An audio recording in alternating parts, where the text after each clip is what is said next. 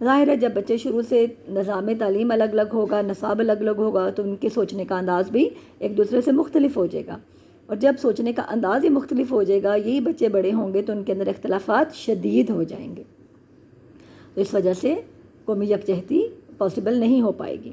ایک جیسا نصاب ہوگا، ایک جیسا نظام تعلیم ہوگا تو یہ بہت حد تک یہ بات پاسبل ہو سکے گی کہ قومی یکجہتی بہتر ہو سکے. دوسرا مسئلہ ہے جاگیردارانہ نظام، فیوڈل سسٹم. پاکستان میں جاگیردارانہ نظام کی جڑیں بہت مضبوط اور گہری ہیں. کچھ لوگ ہزاروں ایکڑ اراضی کے مالک ہیں، جس میں بہت ساری زمینیں غیر آباد بھی پڑی ہیں. یعنی کہ کچھ لوگوں کے پاس اتنی زمین ہے کہ ان کے پاس اتنے لوگ نہیں کہ وہ جا کے وہ کاشت بھی کر سکیں. ملکی معیشت میں بھی ان لوگوں کا بہت عمل دخل ہے، یعنی اکانومی میں بھی یہ لوگ بہت رول پلے کرتے ہیں. ظاہر ہے جب ان کے زمینیں فصلیں اگاتی ہوں گی، یہ فیکٹریز کو مال بیچتے ہوں گے، گنا ہو گیا، کپاس ہو گئی، تو اور پھر یہ لوگ چونکہ پیسہ بہت ہے تو یہ کیا کرتے ہیں، قومی پارلیمنٹ اور صوبائی اسمبلی میں پہنچ جاتے ہیں. ہمارے صوبے کی جو پارلیمنٹس ہیں جو قانون بناتی ہیں، اور جو ہمارے ملک کی پارلیمنٹ ہے جو وفاق میں بیٹھی ہوئی ہے، تو یہ وہاں سے انتخابات بھی جیت آتے ہیں اپنے اپنے علاقوں سے، اور پھر وہاں آ کر پارلیمنٹ میں آ کر قانون سازی بھی اپنی مرضی سے کرواتے ہیں. ملک میں زرعی اصلاحات تو کی گئیں. یہ ذوالفقار علی بھٹو کے دور میں یہ کچھ چینجز لائی گئیں. اصلاحات ہوتی ہیں اصلاح سے نکلا، بہتری کی طرف لے کے جانا. تو ذوالفقار علی بھٹو صاحب کا جب دور جا رہا تھا، 1970 کی دہائی کی بات کر رہی ہوں، تو انہوں نے کیا تھا کہ بڑے بڑے جاگیرداروں سے کہہ دیا تھا کہ آپ لوگ ایک خاص لمٹ تک کی زمین رکھ سکتے ہیں، ان لمیٹڈ زمین کے مالک آپ نہیں ہو سکتے. اور اوپر کی جتنی بھی ان کی زمین تھی انہوں نے لے کر مختلف مزاروں میں تقسیم کر دی تھی. اب مزارے کون ہوتے ہیں؟ مزارے وہ ہوتے ہیں جو زمینوں پر کام کرتے ہیں. تو کہہ رہی ہیں کہ وہ زرعی اصلاحات بھٹو صاحب نے تو کی، مگر ان کا کوئی ہاتھ نتیجہ نہ نکل سکا. دوسری طرف عام لوگ ہیں جن کی وسائل تک رسائی نہیں، ان کے پاس ریسورسز ہی نہیں. اس سے کیا ہوا؟ معاشی ناہمواری بڑھی، یعنی کچھ لوگ بہت امیر ہو گئے، کچھ لوگ بہت غریب، جس نے قومی یکجہتی کے فروغ میں مشکلات پیدا کیں. اب اس کا حل کیا ہے؟ ضرورت اس بات کی ہے کہ زراعت میں ایسے اصلاحات کی جائیں کہ تمام لوگ مساوی بنیادوں پر وسائل سے استفادہ کر سکیں، تمام لوگوں تک ریسورسز پہنچیں تاکہ ان کی معاشی حالت بہتر ہو اور وہ قومی تعمیر و ترقی میں بھی اپنا بھرپور کردار ادا کر سکیں. اکنامیکلی لوگوں میں جتنا زیادہ گیپ بڑھتا جائے گا اتنے زیادہ قومی یکجہتی کے لیے مسائل بڑھتے جائیں گے.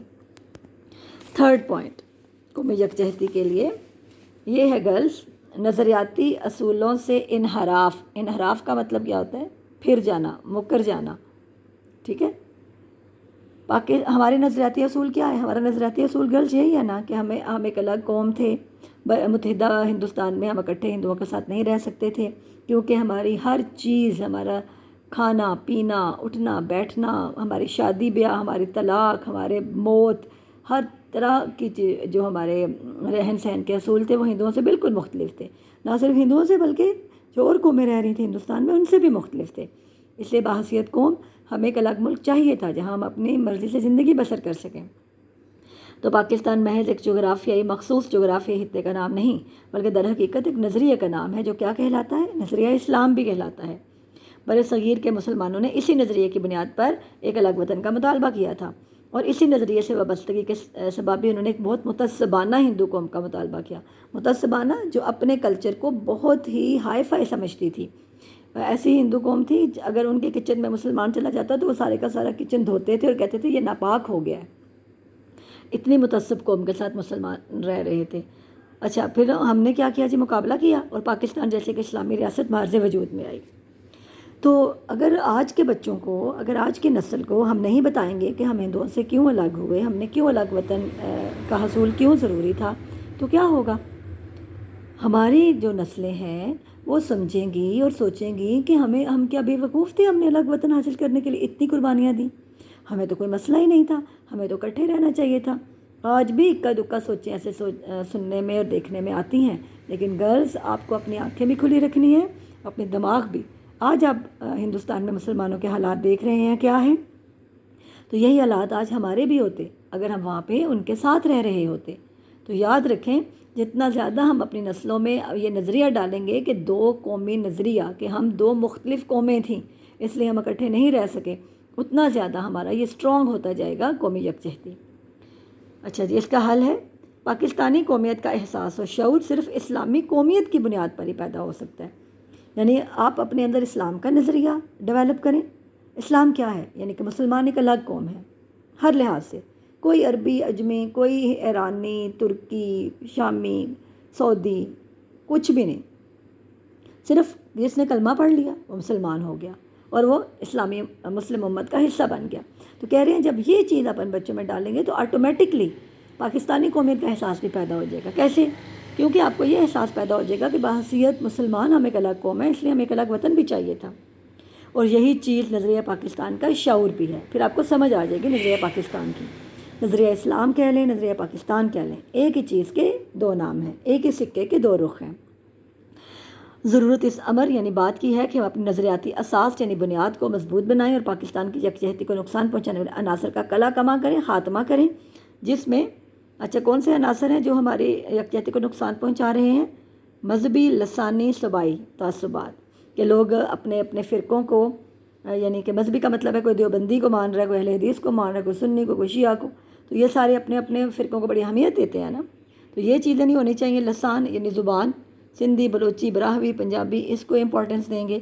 اب صوبائی، اپنے اپنے صوبے کو بہت اہمیت دی جائے گی. تو یہ سارے صوبائی تعصبات اور لسانی اور مذہبی تعصبات کہلاتے ہیں. تو یہ تمام چیزیں کلا کما ان کا، خاتمہ ان کا تبھی ہوگا جب آپ مسلم ہونے کو اور پھر پاکستانی ہونے کو اہمیت دیں گے. تو یہ اس کا حل تھا. ہاں جی، اگلا ہے جناب انتخابات سے پہلو تہی. پہلو تہی ہوتا ہے مطلب گریز کرنا، ایویشن. اگر عوام اپنے مقدس ووٹ کا استعمال کرتے ہیں تو انہیں حکومت سازی کا موقع فراہم ہوتا ہے، یعنی کہ ووٹ دے کر حکومت بناتے ہیں. لیکن افسوس کی بات یہ ہے کہ پاکستان میں طویل عرصے تک انتخابات سے پہلو تہی کی پالیسی پر عمل ہوتا رہا. یعنی کہ ہم یہ بات مانتے ہیں کہ بڑا عرصہ ملک میں انتخابات ہی نہ کرائے گے. قیام پاکستان کے بعد حکمران انتخابات کے انعقاد کو ٹالتے رہے. یعنی ہونا تو یہ چاہیے تھا نا کہ جلد از جلد جو یہ ملک بنا انتخابات کراتے، پتہ چلتا کون حکومت کرنے کے لیے عوام کی پسند کے مطابق پورا اتر رہا ہے. قیام پاکستان سے لے کر 1956 تک پارلیمانی نظام کے تحت عام قومی انتخابات ایک بار بھی نہ کروائے گئے. 1958 میں انتخابی عمل کے شروع کرنے کا عزم ارادہ کیا گیا، لیکن اس عزم کے پہلے سے مارشل لا نافذ کر دیا گیا. غرض آپ یاد رکھیں 1947 سے 1956 یہ تقریباً کتنے سال بنتے ہیں؟ 11 سال. تو پاکستان کا پہلا آئین ہی اصل میں بنا تھا 1956 میں. چلیں اوکھا سوکھا ہو کر ہم نے 56 میں آئین بنا لیا، پھر تو ہمیں پورے ملک میں انتخابات کرانے چاہیے تھے نا، تاکہ پتہ چلتا. 1958 میں انتخابی عمل شروع کرنے کا ارادہ کیا گیا. چلیں بھائی 2 سال ہو گئے تھے آئین بنے ہوئے. پاکستان کا پہلا آئین 56 میں بنا، تو 58 میں کہا جب ہم انتخاب کرواتے ہیں. لیکن یہ چیز کچھ اور لوگوں کو پسند آئی. انہوں نے کیا کیا؟ ملک میں مارشل لا لگا دیا. مارشل لا کیا ہوتا ہے؟ فوج کی حکومت جو پہلے سے موجود حکومت کو زبردستی طاقت کے زور سے ہٹا دیتی ہے اور اپنی حکومت لے آتی ہے. بار بار مارشل لا اور حکومت کی تبدیلیوں سے قومی وحدت کی فضا مقدر ہوگی، خراب ہو گئی. یعنی کہ پہلے مارشل لا لگا، پھر اس نے 10-11 سال مارشل لا لگا رہا، پھر دوبارہ مارشل لا ایوب خان نے جب اپنا ختم کیا پھر اس نے یا خان کو دے دیا. اس کے بعد پھر بھٹو کی حکومت آئی، لیکن پھر مارشل لا لگ گیا. یعنی کہ آپ کے ملک میں ٹوٹل 4 بار مارشل لا لگ چکا ہے 72 سالوں میں. تو اس سے کیا ہوا؟ لوگوں کا دل برا ہوا اور اتحاد نہ رہا. تو حل کیا ہے جی اس کا؟ اگر دستور کے مطابق عام قومی انتخابات پر وقت کروانے کا بندوبست کیا جائے تو لوگوں کو اظہار رائے کا موقع فراہم ہوتا رہتا ہے. یعنی لوگوں کے دل کی بھڑاس نکلتی رہتی ہے نا، بھی ایک جماعت نے کام نہیں کیا دوسرے کام کریں گے. ملک سیاسی انتشار کا شکار نہیں ہوتا، جمہوریت کا پودا پنپتا رہتا ہے اور قومی وحدت فروغ پذیر ہوتی ہے. یعنی کہ جمہوریت کو بھی موقع ملتا ہے نا، وہ ڈیولپ ہوتی رہتی ہے اور ملک میں وحدت کا بھی کام چلتا رہتا ہے، ملک جو ہے ایک رہتا ہے. اچھا گرلز، ذرائع ابلاغ کا کردار، رول آف میڈیا. اب تو میس میڈیا کے ساتھ سوشل میڈیا بھی لکھنا چاہیے، کیا خیال ہے؟ قومی یکجہتی کے فروغ کے لیے ذرائع ابلاغ بہت اہم کردار ادا کرتے ہیں، لیکن شرط یہ ہے کہ ان کا استعمال صحیح حدود پر کیا جائے تاکہ لوگوں میں جذبہ حب الوطنی پیدا ہو، اسلامی اخوت، اسلامی سیرت و کردار کو فروغ حاصل ہو. چنانچہ اخبارات، رسائل، ریڈیو، ٹیلی ویژن پر یہ فرض عائد ہوتا ہے کہ وہ قومی یکجہتی کے فروغ کے لیے اپنے وسائل کو صحیح طور پر بروئے کار لائیں. آپ کو پتہ ہے نا گرلز کہ یہ لوگ کتنی اہمیت رکھتے ہیں، جو ہم سنتے ہیں، سمجھتے ہیں، دیکھتے ہیں، وہ ہم اس کے مطابق ہی ریئیکٹ کرتے ہیں. کثیر جماعتی نظام، بہت زیادہ پولیٹیکل پارٹیز جہاں ہوتی ہیں وہ بھی مسئلہ ہے۔ مسئلہ کیا ہے جی؟ پاکستان دنیا کے ان چند ممالک میں شامل ہے جہاں کثیر جماعتی نظام رائج ہے۔